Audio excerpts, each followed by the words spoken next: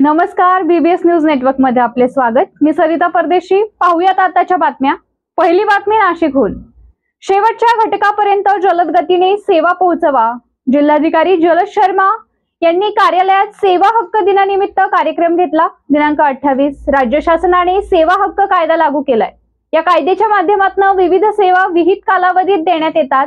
Digital तंत्रज्ञानाच्या वापरातून या सेवा कमी कालावधीत शेवटच्या घटकापर्यंत पोहोचवण्यासाठी प्रयत्न व्हावेत अशी अपेक्षा जिल्हाधिकारी जलज शर्मा यांनी व्यक्त केली आहे। सेवा हक्क दिनानिमित्त जिल्हाधिकारी कार्यालयातील नियोजन सभागृहात आज सकाळी कार्यक्रमाचं आयोजन करण्यात आलं। त्यावेळी ते बोलत होते।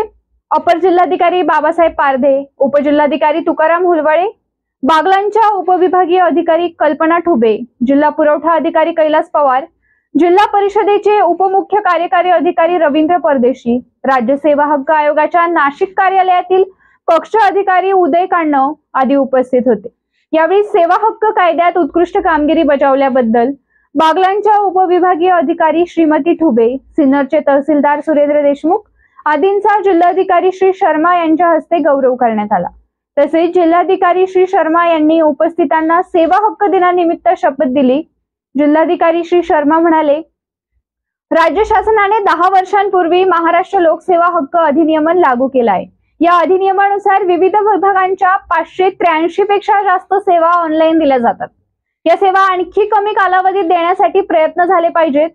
सेवा घेतल्यानंतर संबंधित नागरिकांकडून अभिप्राय मागवण्यात येणार आहे, जेणेकरून या कायद्याची अधिक प्रभावीपणे अंमलबजावणी करता येईल। ई सेवा केंद्र चालकांनी अद्ययावत राहत या सेवा विहित कालावधीत देण्यासाठी प्रयत्न करावा।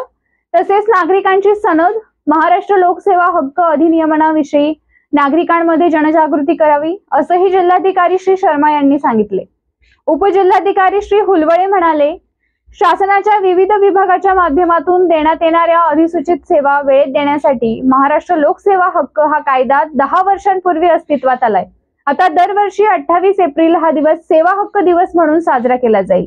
ई सेवा केंद्र चालकांनी या कायद्याची प्रभावीपणे जनजागृती करावी, असंही त्यांनी सेवा हक्क अधिनियमाचा सविस्तर आढावा सादर केलाय। तहसीलदार गणेश जाधव यांनी प्रास्ताविक केलं। अपर तहसीलदार अमोल निकम यांनी आभार मानले। यावेळी विविध विभागांचे अधिकारी, कर्मचारी आणि नागरिक, ई सेवा केंद्राचे प्रतिनिधी मोठ्या संख्येने उपस्थित होते। Shankar education societies, doctor Kuchar Subhash high school.